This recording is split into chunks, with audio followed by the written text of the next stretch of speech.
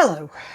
Well, this is the second of about three, I suppose, videos, all having to do with the chaos that surrounded Biden's confirmation as president. And I have to tell you, first of all, that I am mightily amused by the jubilant comments of the never Trumpers, who appear to be glorying in Trump being a one-term president. I'm just wondering how they're going to react to Biden's term, which, as I keep saying, is likely to end within 90 days. And I honestly would be astonished if he made it to 6 months. As I said in my last video, even the local betting shop would not let me place a bet on Biden being de-presidented within half a year. They probably know something that I don't. But to business, I came across a tweet which needs some attention, because it seems to me to embody all that's wrong with the political debate in the United States, but particularly, of course, from the side of the left. Because although I've seen Trump supporters being quite abrasive about Democrats, I don't think I've ever seen this level of visceral hatred from them. I might have missed something, of course, but from the left, I saw things emanating not only from the person I'm going to be talking about here, but even from people like Sam Harris, whom I used much to admire, I have to tell you, alas, no longer. However, back to this person who's given herself the name Biden is your POTUS too. Now, I've left that name in because it's a public statement, but I have redacted all the personal addresses and I shall refer to her as Bipped. I realised that someone might be tempted to track her down. Please don't. Please don't. I absolutely do not condone any contact with this person. And, you know, for a start, she's deranged, isn't she, in some way? And let's face it, there's little point in deliberately involving yourself in a row with a lunatic. You're not going to win because lunatics always change the goalposts halfway through an argument. And 2/3 of the way through and 3/4 of the way through, and just any time they see they're on the side that might lose. And even if you do manage to score a few points, all it says about you is that you've won a fight with a nutcase. So, you know, just leave her alone. I made the mistake of answering two of her tweets because at the time I thought I was communicating with someone unintelligent but sane. However, after that, I looked through the rest of her opus and realised exactly what she was. And I didn't try anymore. I did, however, take some screenshots. Later on, before making this video, I went back to check out more of her spewings just to make sure I wasn't being partial in my choice of her tweets. And guess what? She'd blocked me. Now, that was after an interchange of two, which does say everything about her, doesn't it? And of course tends to confirm my opinion that all the rest of her stuff would have to be murderous ravings. And that saves me the inconvenience of reading through them. No, so, all right, I'll give you my opinion of that opening statement she made. Biden is your POTUS too. How likely do you think it is that her earlier tweets were headed by the statement that Trump was not her POTUS? Just a guess. Anyway, this is the original tweet that took my attention. I've blurred the photo because it's of the wrong person. And so she quotes the photo and says, ended as a criminal. I think this is her. You see, she doesn't know, but she's quite prepared to put somebody's face up anyway, even though she's not sure about it. Ended as a criminal, hooting and hollering that they breached the Capitol. Disgusting. Hashtag Cult 45, hashtag MAGA terrorism. Then she had a response as follows from one of her mates or colleagues or whatever. Don't think she was wearing a white shirt, like this person. She was shot right after climbing through a broken exterior door window. I can't vouch for the accuracy of the circumstance of the shooting, as reported in that tweet, but the woman in the picture doesn't look to me like the victim. And this got the response from Bipt as follows. Thanks. I guess all these insane, racist insurrectionists all look alike to me. It was that prompted my response, because I considered that to be just about the most heartless, despicable, nasty thing you could say about someone who has just lost her life. It's true that she shouldn't have been there. Ashley shouldn't have been there. That's true. Now, what did any of those guys expect to do? Pull Biden from the podium and call Trump to take the oath? They weren't even armed. It was really a dumb thing to do.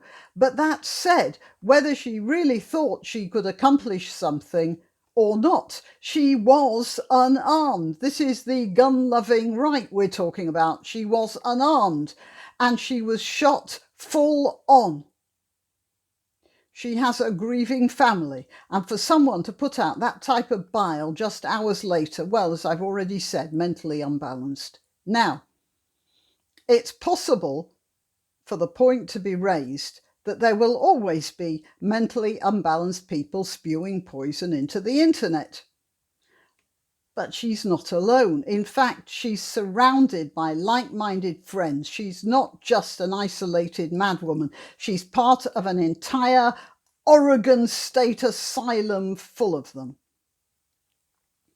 My response was as follows. The next time some small-minded bigot pigeonholes you, dehumanises you, remember, she didn't refer to Ms. Babbitt as a woman or a person, but only as an insane, racist insurrectionist. There's no mercy because, as I said, there's no humanity there. It's an abstract of words. That's what she's reduced Ashley Babbitt to. So anyway, hang on, what did I say? Remember, the next time some small-minded bigot pigeonholes you, dehumanises you, then jokes about some misfortune you're suffering, you can remember your reaction to Ashley Babbitt death. I know it will happen because karma. Because that will happen to her, you know. The left always ends up eating its own. But she's obviously too historically illiterate and too just plain thick to understand that. And her response was, let's talk about all the innocent people of colour who've been slaughtered by racist cops, and then we can talk karma. Hashtag MAGA terrorist. I suppose she means me there. Hashtag George Floyd. Hashtag Breonna Taylor, and many more. You may notice the shifting of the goalposts there. I was talking about her dehumanising a recently dead woman, and she immediately brought in the libel that the police were being racist when they were trying to arrest criminals. It's possible that they were being heavy-handed. It's equally possible that they were just preserving their own lives while upholding the law. But I'm not talking about that now, and I wasn't talking about that then. Racism had nothing to do with it, and any reasonable person would recognise that. Perhaps even Bipt realises that, but she certainly has no problem using it as an unfair argument to justify her own political fury. Anyway, I could see that any further conversation was a total waste of my valuable time, but I looked at her other tweets and I found this. Here we have a high contrast black and white picture of Trump that makes him look like the head of Smersh, And underneath are these words: if you still support Trump at this point, it can only be because he reflects your hateful heart, shares your contempt of people of colour. That should be contempt for, you know, not contempt of. Well, that shows her level. Contempt for people of colour and immigrants, your toxic misogyny, ignorant bigotry, and your feeling of supremacy. Truly, folks, I've seen less projection at an IMAX. So I thought I might go through that with you. First of all, cards on the table, I support Trump. I'm not a voter, of course, but I still think he was the best thing that's happened to American politics since Ronald Reagan, and for similar reasons. So that opinion could, as Bipt says, come only because of the following things. I have a hateful heart. I have a contempt for people of colour and immigrants. I toxically hate women. I'm an ignorant bigot and I feel superior. So let's have a look at another tweet here. How about this? She refers to Trump supporters as a bunch of uneducated morons. Is this not a statement of her own feelings of superiority? And I like the way she describes Trump as senile. For a fleeting moment, I thought, why she brought Biden into this? Then I realised she was projecting Biden onto Trump. Now, I'm not going into much more detail about her accusation that I must have contempt for people of colour and immigrants, beyond telling you that I don't.